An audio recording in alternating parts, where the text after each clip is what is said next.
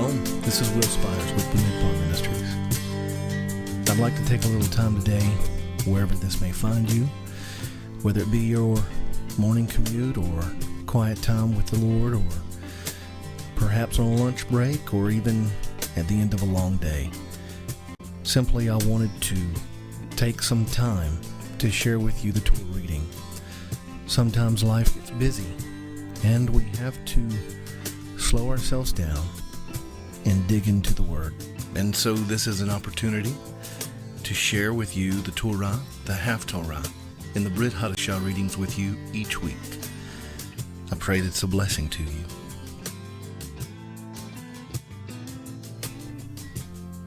This week is a double portion, TAZRIA and METZORA, leprosy and cleansing the leper. We'll begin our reading in Leviticus chapter 12 through chapter 15, verse 33. For our Haftarah reading, we'll turn to the book of 2 Kings chapter 4, verse 42 through chapter 5, verse 19. And then we will turn to chapter 7, reading verses 3 through 20. For the Brit Hadashah reading, we'll turn to the book of Matthew chapter 8, reading verses 1 through 4. And then chapter 9, verses 20 through 26. To conclude, we'll turn to the Gospel book of Mark, reading chapter 1, verses 40 through 45, and then chapter 5, verses 24 through 34. Let's get started. Chapter 12, Laws of Motherhood. Then the Lord spoke to Moshe, saying, Speak to the sons of Israel, saying, When a woman gives birth and bears a male child, then she shall be unclean for 7 days. As in the days of her menstruation she shall be unclean. On the 8th day the flesh of his foreskin shall be circumcised. Then she shall remain in the blood of her purification for 33 days. She shall not touch any consecrated thing, nor enter the sanctuary, until the days of her purification are completed. But if she bears a female child, then she shall be unclean for 2 weeks as in her menstruation, and she shall remain in the blood of her purification for 66 days. When the days of her purification are completed, for a son or for a daughter, she shall bring to the priest at the doorway of the tent of meeting a 1-year-old lamb for a burnt offering, and a young pigeon or a turtle dove for a sin offering. Then he shall offer it before the Lord, and make atonement for her, and she shall be cleansed from the flow of her blood. This is the law for her who bears a child, whether a male or a female. But if she cannot afford a lamb, then she shall take 2 turtle doves or 2 young pigeons, the one for a burnt offering and the other for a sin offering, and the priest shall make atonement for her, and she will be clean. Chapter 13, the test for leprosy. Then the Lord spoke to Moshe and to Aaron, saying, When a man has on the skin of his body a swelling or a scab or a bright spot, and it becomes an infection of leprosy on the skin of his body, then he shall be brought to Aaron the priest, or to one of his sons the priests. The priest shall look at the mark on the skin of the body, and if the hair in the infection has turned white and the infection appears to be deeper than the skin of his body, it is an infection of leprosy. When the priest has looked at him, he shall pronounce him unclean. But if the bright spot is white on the skin of his body, and it does not appear to be deeper than the skin, and the hair on it has not turned white, then the priest shall isolate him who has the infection for 7 days. The priest shall look at him on the 7th day, and if in his eyes the infection has not changed, and the infection has not spread on the skin, then the priest shall isolate him for 7 more days.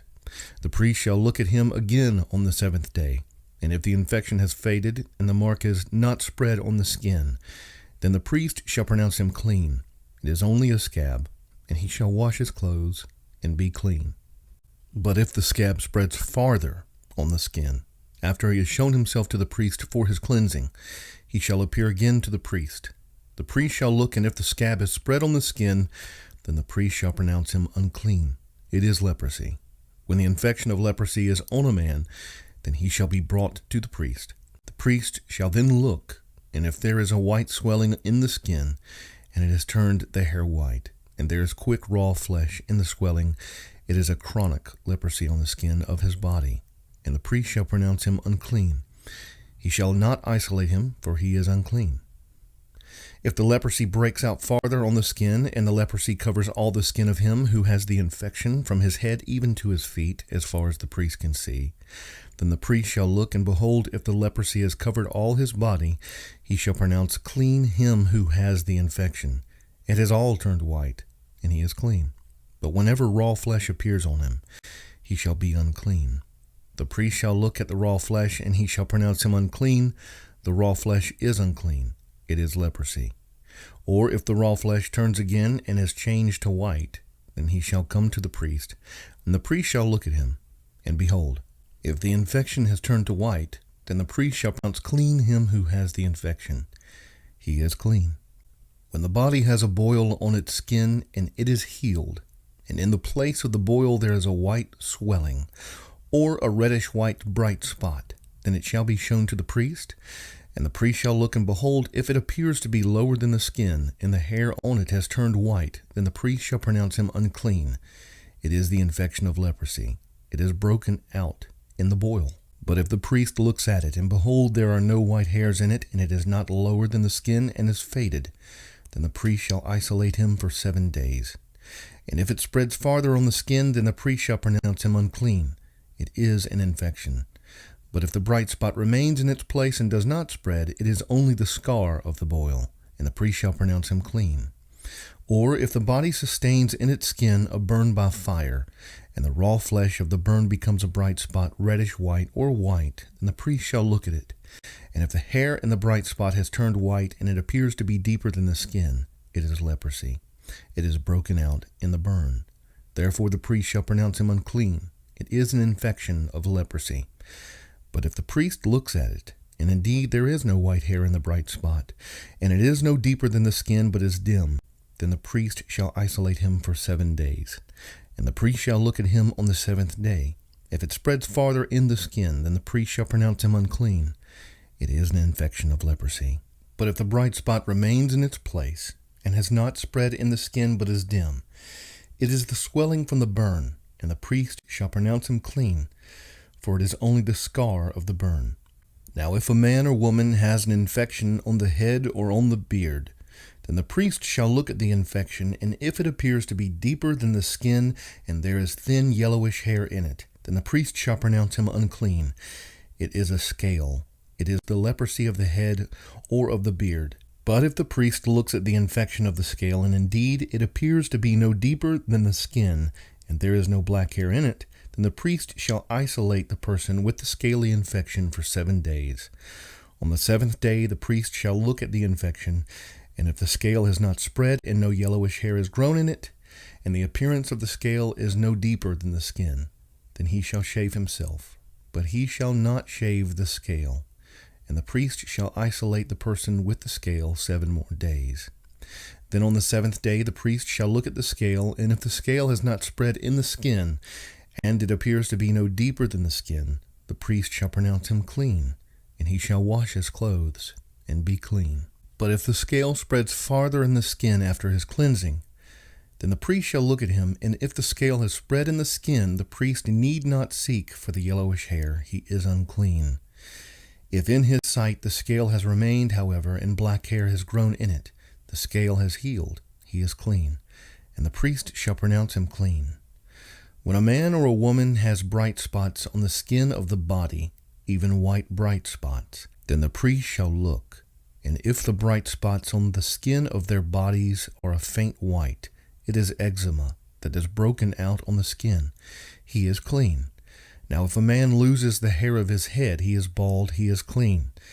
If his head becomes bald at the front and sides, he is bald on the forehead, he is clean. But if on the bald head or the bald forehead there occurs a reddish white infection, it is leprosy breaking out on his bald head or on his bald forehead.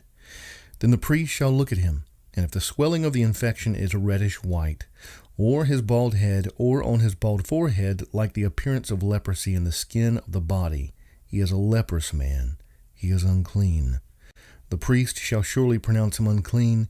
His infection is on his head. As for the leper who has the infection, his clothes shall be torn, and the hair of his head shall be uncovered, and he shall cover his mustache, and cry, unclean, unclean. He shall remain unclean all the days during which he has the infection. He is unclean, he shall live alone, his dwelling shall be outside the camp.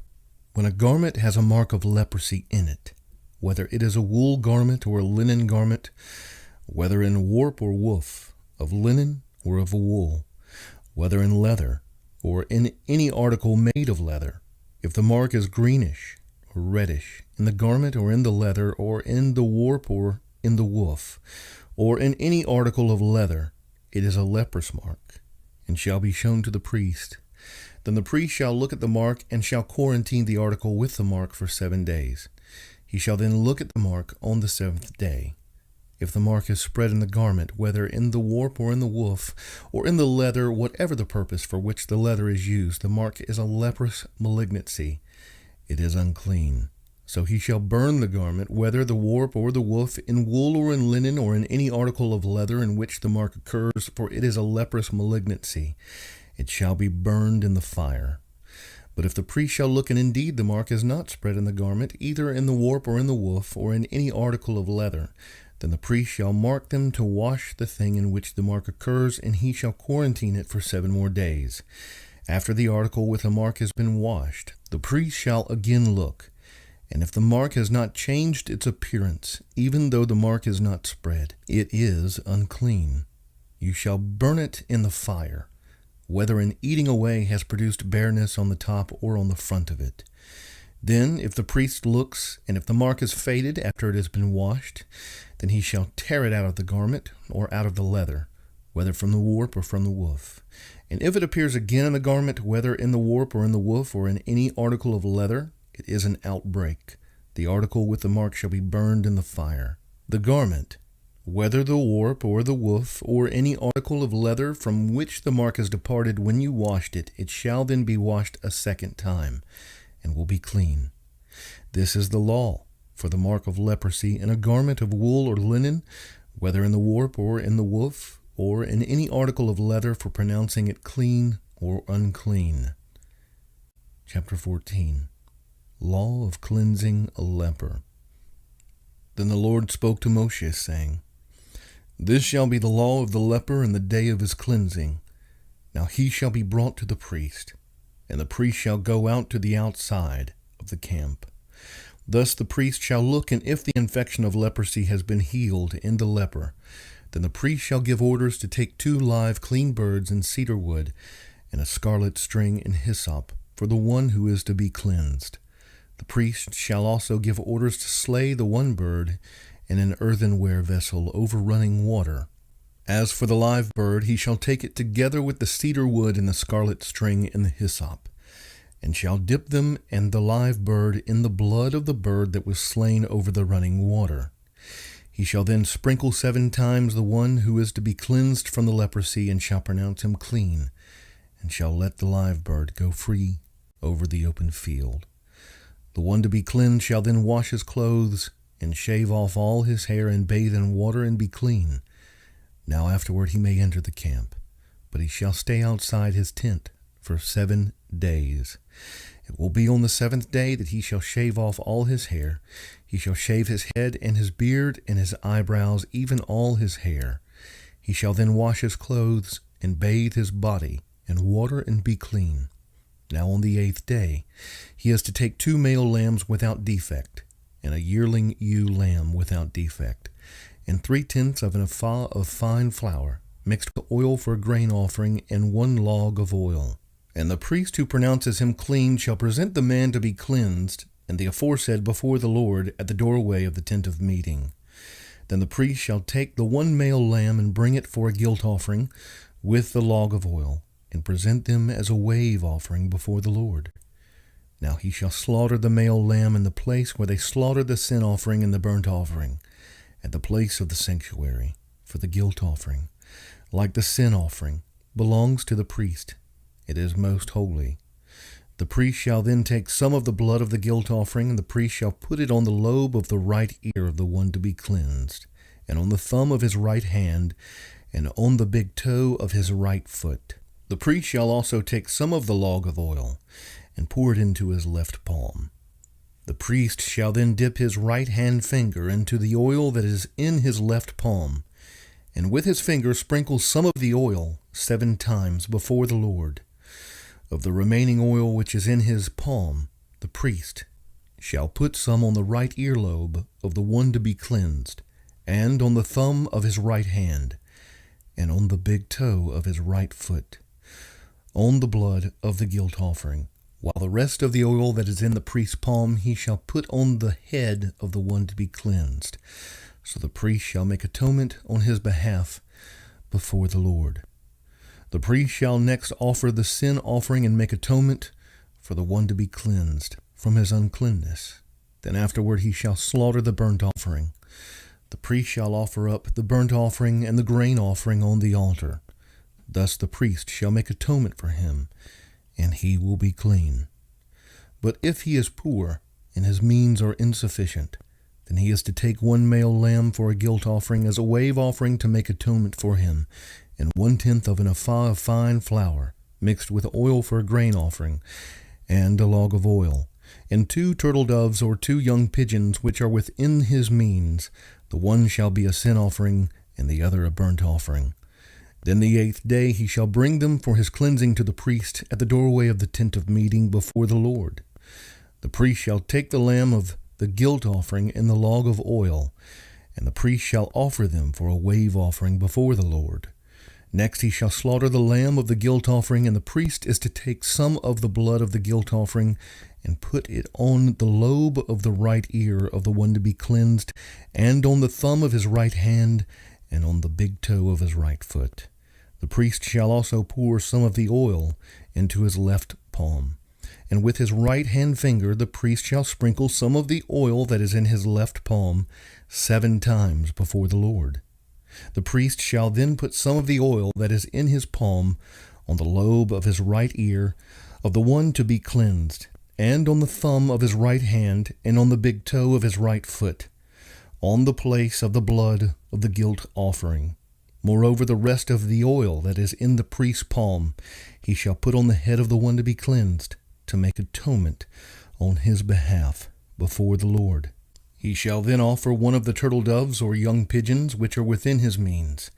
He shall offer what he can afford, the one for a sin offering and the other for a burnt offering, together with the grain offering, so the priest shall make atonement before the Lord on behalf of the one to be cleansed. This is the law for him in whom there is an infection of leprosy, whose means are limited for his cleansing a leprous house. The Lord further spoke to Moshe and to Aaron, saying, When you enter the land of Canaan, which I give you for a possession, and I put a mark of leprosy on a house in the land of your possession, then the one who owns the house shall come and tell the priest, saying, Something like a mark of leprosy has become visible to me in the house. The priest shall then command that they empty the house before the priest goes in to look at the mark, so that everything in the house need not become unclean. And afterward the priest shall go in to look at the house. So he shall look at the mark. And if the mark on the walls of the house has greenish or reddish depressions, and appears deeper than the surface, then the priest shall come out of the house to the doorway and quarantine the house for 7 days. The priest shall return on the 7th day and make an inspection. If the mark has indeed spread in the walls of the house, then the priest shall order them to tear out the stones with the mark in them, and throw them away at an unclean place outside the city. He shall have the house scraped all around, inside, and they shall dump the plaster that they scrape off at an unclean place outside the city. Then they shall take other stones and replace those stones, and he shall take other plaster and replaster the house. If, however, the mark breaks out again in the house after he has torn out the stones and scraped the house, and after it has been replastered, then the priest shall come in and make an inspection. If he sees that the mark has indeed spread in the house, it is a malignant mark in the house. It is unclean. He shall therefore tear down the house, its stones and its timbers, and all the plaster of the house, and he shall take them outside the city to an unclean place. Moreover, whoever goes into the house during the time that he is quarantined, it becomes unclean until evening. Likewise, whoever lies down in the house shall wash his clothes and whoever eats in the house shall wash his clothes. If, on the other hand, the priest comes in and makes an inspection, and the mark is not indeed spread in the house after the house has been replastered, then the priest shall pronounce the house clean, because the mark has not reappeared. To cleanse the house, then, he shall take 2 birds and cedar wood and a scarlet string and hyssop. And he shall slaughter the one bird in an earthenware vessel over running water. Then he shall take the cedar wood and the hyssop and the scarlet string with the live bird, and dip them in the blood of the slain bird, as well as in the running water, and sprinkle the house 7 times. He shall thus cleanse the house with the blood of the bird and with the running water, along with the live bird, and with the cedar wood, and with the hyssop, and with the scarlet string. However, he shall let the live bird go free outside the city into an open field. So he shall make atonement for the house, and it will be clean. This is the law for any mark of leprosy, even for a scale, and for the leprous garment or house, and for a swelling, and for a scab, and for a bright spot, to teach when they are unclean, and when they are clean. This is the law of leprosy. Chapter 15. Cleansing unhealthiness. The Lord also spoke to Moshe and to Aaron, saying, Speak to the sons of Israel, and say to them, When any man has a discharge from his body, his discharge is unclean. This moreover shall be his uncleanness in his discharge. It is his uncleanness whether his body allows its discharge to flow, or whether his body obstructs its discharge.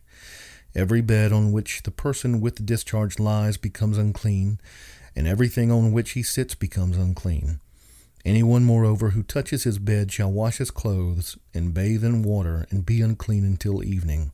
And whoever sits on the thing on which the man with the discharge has been sitting shall wash his clothes, and bathe in water, and be unclean until evening. Also, whoever touches the person with the discharge shall wash his clothes, and bathe in water, and be unclean until evening. Or if the man with the discharge spits on one who is clean, he too shall wash his clothes, and bathe in water, and be unclean until evening. Every saddle on which the person with the discharge rides becomes unclean. Whoever then touches any of the things which were under him shall be unclean until evening, and he who carries them shall wash his clothes, and bathe in water, and be unclean until evening. Likewise, whomever is the one with the discharge touches without having rinsed his hands in water shall wash his clothes, and bathe in water, and be unclean until evening. However, an earthenware vessel which the person with the discharge touches shall be broken, and every wooden vessel shall be rinsed in water. Now when the man with the discharge becomes cleansed from his discharge, then he shall count off for himself 7 days for his cleansing. He shall then wash his clothes, and bathe his body in running water, and will become clean. Then on the 8th day he shall take for himself 2 turtle doves or 2 young pigeons, and come before the Lord to the doorway of the tent of meeting, and give them to the priest. And the priest shall offer them, one for a sin offering, and the other for a burnt offering. So the priest shall make atonement on his behalf before the Lord because of his discharge. Now if a man has a seminal emission, he shall bathe all his body in water, and be unclean until evening. As for any garment or any leather on which there is seminal emission, it shall be washed with water, and be unclean until evening.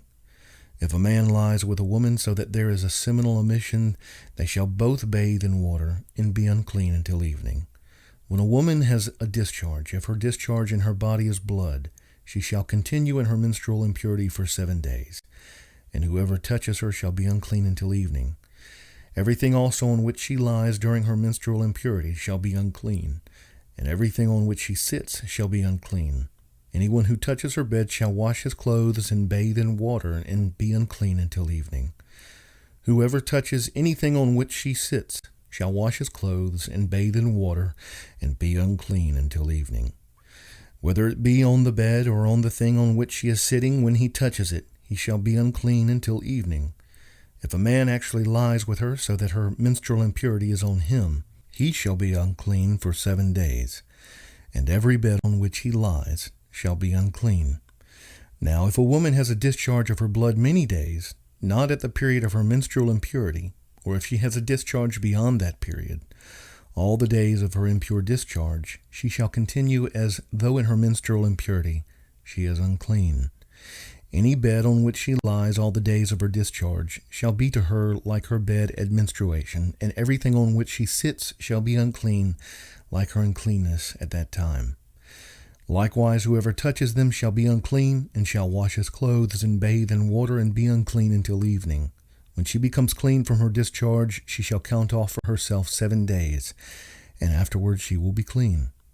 Then on the 8th day she shall take for herself 2 turtle doves or 2 young pigeons, and bring them into the priest to the doorway of the tent of meeting.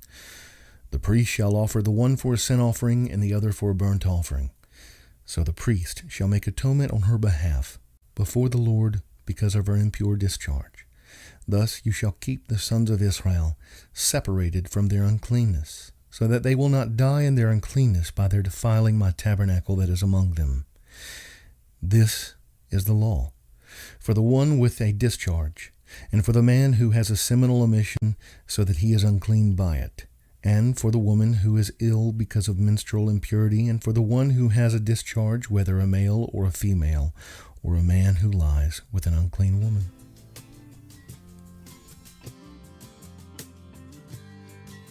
Let us now turn to our Haftarah reading. Let us first turn to the second book of Kings, chapter 4, beginning in verse 42, reading through chapter 5, verse 19. Let's begin. Now a man came from Baal Shalishah, and brought the man of God bread of the first fruits, 20 loaves of barley, and fresh ears of grain in his sack. And he said, Give them to the people, that they may eat. His attendant said, What, will I set this before 100 men?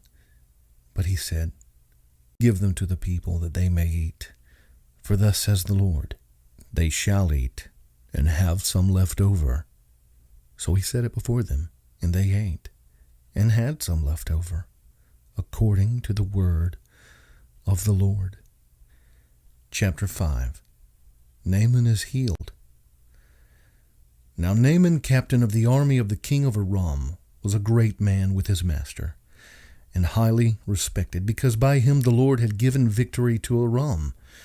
The man was also a valiant warrior, but he was a leper. Now the Arameans had gone out in bands and had taken captive a little girl from the land of Israel, and she waited on Naaman's wife. She said to her mistress, I wish that my master were with the prophet who is in Samaria. Then he would cure him of his leprosy. Naaman went in and told his master, saying, Thus and thus spoke the girl who is from the land of Israel. Then the king of Aram said, Go now, and I will send a letter to the king of Israel. He departed and took with him 10 talents of silver and 6,000 shekels of gold and 10 changes of clothes. He brought the letter to the king of Israel, saying, And now as this letter comes to you, behold, I have sent Naaman my servant to you, that you may cure him of his leprosy. When the king of Israel read the letter, he tore his clothes and said, Am I God to kill and to make alive, that this man is sending word to me to cure a man of his leprosy? But consider now, and see how he is seeking a quarrel against me. It happened when Elisha, the man of God, heard that the king of Israel had torn his clothes, that he sent word to the king, saying, Why have you torn your clothes? Now let him come to me, and he shall know that there is a prophet in Israel. So Naaman came with his horses and his chariots, and stood at the doorway of the house of Elisha. Elisha sent a messenger to him, saying, Go and wash in the Jordan 7 times, and your flesh will be restored to you, and you will be clean. But Naaman was furious, and went away and said, Behold, I thought he will surely come out to me and stand and call on the name of the Lord his God, and wave his hand over the place and cure the leper. Are not Abana and Pharpar, the rivers of Damascus, better than all the waters of Israel? Could I not wash in them and be clean? So he turned and went away in a rage. Then his servants came near and spoke to him and said, My father, had the prophet told you to do some great thing, would you not have done it? How much more then when he says to you, Wash and be clean? So he went down and dipped himself 7 times in the Jordan, according to the word of the man of God. And his flesh was restored, like the flesh of a little child, and he was clean. Gehazi's greed. When he returned to the man of God with all his company and came and stood before him, he said, Behold, now I know that there is no God in all the earth but in Israel. So please take a present from your servant now. But he said, As the Lord lives, before whom I stand, I will take nothing. And he urged him to take it, but he refused. Naaman said, If not, please let your servant at least be given 2 mules' load of earth. For your servant will no longer offer offering, nor will he sacrifice to other gods, but to the Lord. In this matter may the Lord pardon your servant. When my master goes into the house of Rimmon to worship there, and he leans on my hand, and I bow myself in the house of Rimmon, when I bow myself in the house of Rimmon, the Lord pardon your servant in this matter. He said to him, Go in peace. So he departed from him some distance. Let us now turn to chapter 7 of 2 Kings, reading verses 3 through 20. Let us begin. 4 lepers relate Aramean's flight. Now there were 4 leprous men at the entrance of the gate, and they said to one another, Why do we sit here until we die? If we say we will enter the city, then the famine is in the city, and we will die there. And if we sit here, we die also. Now therefore come, and let us go over to the camp of the Arameans. If they spare us, we will live, and if they kill us, we will but die. They arose at twilight to go to the camp of the Arameans. When they came to the outskirts of the camp of the Arameans, behold, there was no one there. For the Lord had caused the army of the Arameans to hear a sound of chariots and a sound of horses, even the sound of a great army. So that they said to one another, Behold, the king of Israel has hired against us the kings of the Hittites and the kings of the Egyptians to come upon us. Therefore they arose and fled in the twilight, and left their tents and their horses and their donkeys, even the camp just as it was, and fled for their life. When these lepers came to the outskirts of the camp, they entered one tent and ate and drank and carried from their silver and gold and clothes and went and hid them. And they returned and entered another tent and carried from there also and went and hid them. Then they said to one another, We're not doing right. This day is a day of good news, but we are keeping silent. If we wait until morning light, punishment will overtake us. Now therefore come, let us go and tell the king's household. So they came and called to the gatekeepers of the city, and they told them, saying, We came to the camp of the Arameans, and behold, there was no one there, nor the voice of man, only the horses tied and the donkeys tied, and the tents just as they were. The gatekeepers called and told it within the king's household. Then the king arose in the night and said to his servants, I will now tell you what the Arameans have done to us. They know that we are hungry. Therefore they have gone from the camp to hide themselves in the field, saying, When they come out of the city, we will capture them alive and get into the city. One of his servants said, Please, let some men take 5 of the horses which remain, which are left in the city. Behold, they will be in any case like all the multitude of Israel who are left in it. Behold, they will be in any case like all the multitude of Israel who have already perished. So let us send and see. They took therefore 2 chariots with horses. And the king sent after the army of the Arameans, saying, Go and see. The promise fulfilled. They went after them to the Jordan, and behold, all the way was full of clothes and equipment which the Arameans had thrown away in their haste. Then the messengers returned and told the king. So the people went out and plundered the camp of the Arameans. Then a measure of fine flour was sold for a shekel, and 2 measures of barley for a shekel, according to the word of the Lord. Now the king appointed the royal officer on whose hand he leaned to have charge of the gate. But the people trampled on him at the gate, and he died, just as the man of God had said, who spoke when the king came down to him. It happened just as the man of God had spoken to the king, saying, 2 measures of barley for a shekel, and a measure of fine flour for a shekel, will be sold tomorrow about this time at the gate of Samaria. Then the royal officer answered the man of God and said, Now behold, if the Lord should make windows in heaven, could such a thing be? And he said, Behold, you will see it with your own eyes, but you will not eat of it. So it happened to him, for the people trampled on him at the gate, and he died. Let us now turn to our Brit Hadashah reading, beginning in the book of Matthew, chapter 8, verses 1 through 4. Let's begin. Chapter 8. Jesus cleanses a leper, the centurion's faith. When Jesus came down from the mountain, large crowds followed him. And a leper came to him and bowed down before him and said, Lord, if you are willing, you can make me clean. Jesus stretched out his hand and touched him, saying, I am willing. Be cleansed. And immediately his leprosy was cleansed. And Jesus said to him, See that you tell no one, but go, show yourself to the priest, and present the offering that Moshe commanded as a testimony to them.